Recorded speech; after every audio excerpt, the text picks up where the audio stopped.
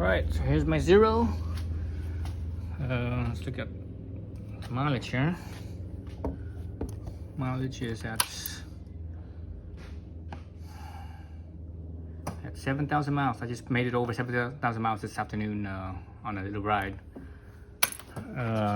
So I had to replace the tire, so I just put on a new front tire. Oops, what the heck? I have to put on a new front tire. All right.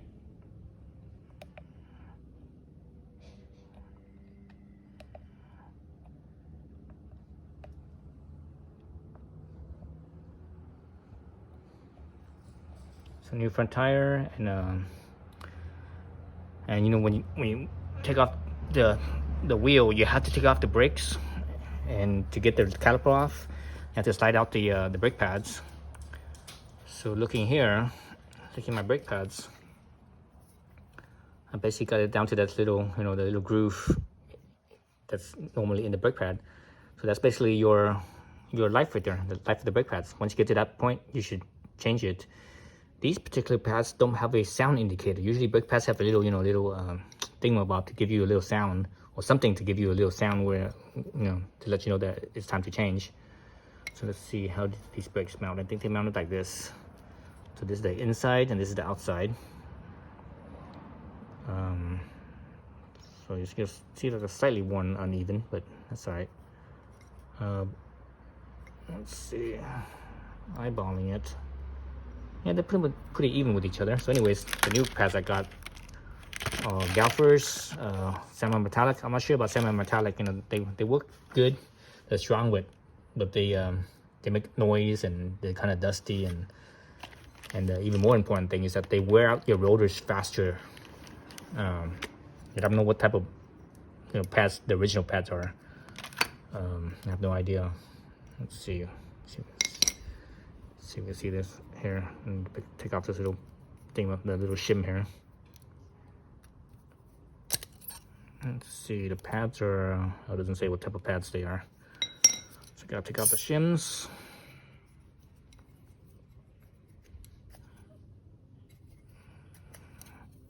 Yeah, I don't say what type of pads they are. Where's my X-Acto knife? Well,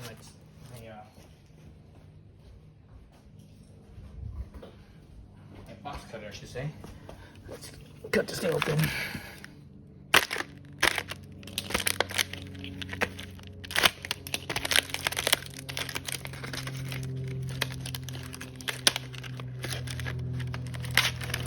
These ones don't say what type of pads they are either. Usually, motorcycle brakes, they usually say, if they're HH pad or GG or whatever, that kind of designates their the heat tolerance, how much heat you can handle. Usually HH handles more heat, GG handles least amount of heat, so they fade easier. But GG is great for street use because they're quiet. They don't squeal a lot, whereas the HH pads tend to squeak more. I should clean this thing with alcohol. Let me get some alcohol and clean these pieces up.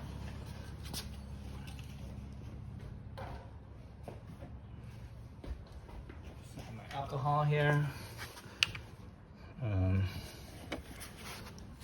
Normally I use denatured alcohol, but I got a whole box of this stuff. This is isopropyl 99%, so it's good for cleaning. This is what it's usually used for cleaning parts, like electronics and such. Not very good as an antiseptic. If you want to use it as an antiseptic, you need only 70% because you need that water content. What water does, you would think, more alcohol means it could kill, microbes better, but actually it doesn't. The problem is when it's all alcohol, is that the alcohol is not able to penetrate the cell membrane of the microbes, whereas water can. Water helps penetrate the cell membrane. Then once the cell membrane gets penetrated, that's when the alcohol will go in and kill the microbe. So that's why you need 70% for antiseptic, and 99% actually doesn't work very well as an antiseptic. Just so you need to know. Okay, let's see. So you see it's kind of dirty, right? Get all the gunk out right there. That way it sits flatter, and hopefully, you know, gives me less problems, you know, with noise mainly, I think. So can't clean the rest of it. That's as good as I get. Yes, the rest of it's actually a little bit of wear on the on these little shims. All right, so that's that. So the side switch. This side is like that. All right, and like so. Oops, holes are not lined up. Let's get this hose lined up. There we go. So this side.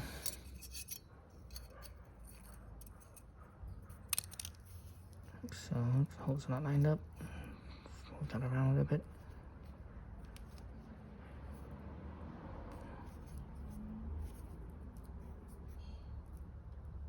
This side of the hole's not perfectly lined up. There's a little bit of a misalignment. Actually, same with this one. It's not perfectly lined up. I'm sure you guys can see that. See how on the where my fingernail is on my thumbnail, there's a little bit of extra meat on the pad side versus the shim side. So the same thing with this side right here.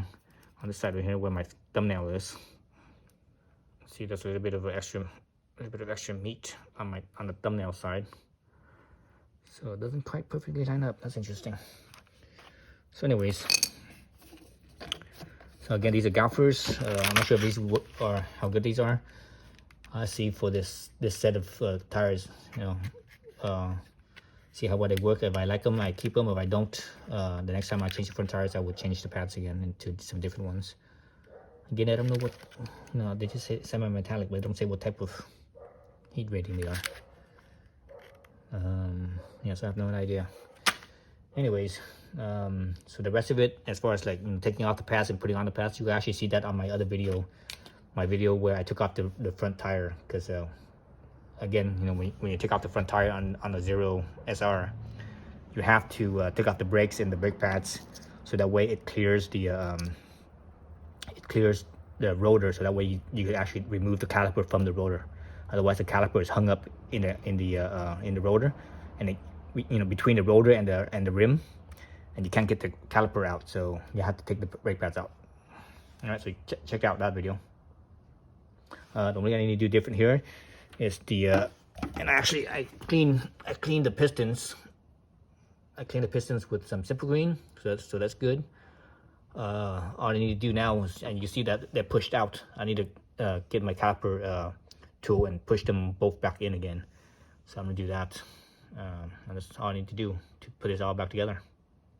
All right, so I have my brake caliper spreader here, but the problem here is that this part right here, it hits the spreader, so I can't use the spreader. So what I'm gonna do is I'm gonna put in the pad on that side, so that way I can put my spreader in here, and it could clear this little thingamabob. You can see the clearance right there.